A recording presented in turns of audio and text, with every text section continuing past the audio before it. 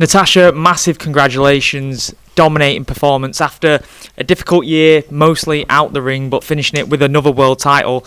How did you feel on that one?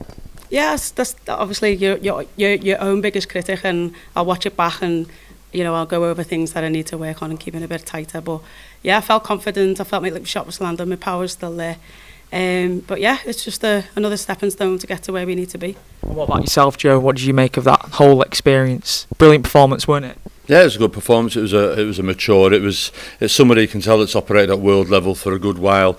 Didn't rush her work and dampened Ivana's desire and will early on. Put the blanket on the fire, as they say, and she didn't rush her work. Was composed, landed some good shots, and just did what a world champion had to do. Just take care of business, and it was a. It's hard to say maturity now with Tasha, but it just showed a ring craft and a composure and not to react to everything, and I just thought it was very disciplined, mature performance. Does it feel emotional right now? I know Sky mentioned it, again, Joe had mentioned it in the build-up to the fight, that could potentially be your last dance in Liverpool, in your home city. Obviously, we don't know what 2025 is going to bring. You could fight here again, but does it feel emotional right now? I think the whole journey's been emotional, to be honest. But yeah, I mean, like I say, from the amateur, I've heard stories of, females not being allowed to gyms and sessions being made purposely hard for them not to come back. Media not really taking interest in them, and I've never experienced that in any gym that I've been to, in any media in the Northwest that I've ever come across. And it's a testament to the city and the people of it. They always show support, they always show love, and I'm one of theirs. And obviously the face-off was always going to happen if all went well tonight for both you and Lauren.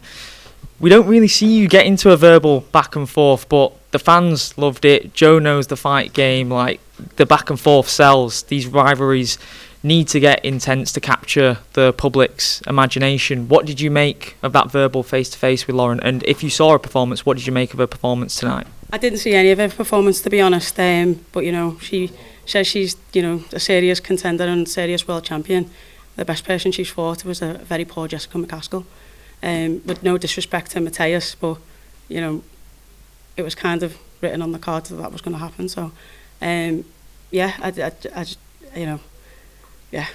Does it light a different fire in you when there is that personal back and forth? By no means I would use the word beef, because I couldn't really see you getting involved in any beef with anyone unless they seriously put it on you. But is that a different element to your career, having that personal rivalry in that way? No, I don't think I told any lies, and yeah, I just think still I'm better than Lauren. Our record of fights says that. I don't think she's improved since the amateurs, and she couldn't even get in the team when we was there. So, Joe, what did you make of that back and forth? Do you like seeing that fiery side of Tasha? Because it's not a side that the public gets to see very often.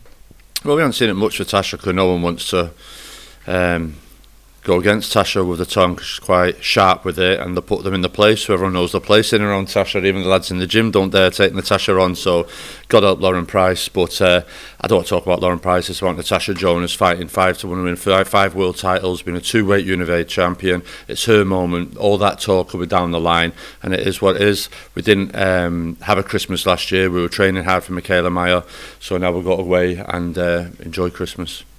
Just final one, tell me from your perspective how your dream 2025 would look, and could 2025 be the year that you bow out of the sport, achieving everything that you want to achieve?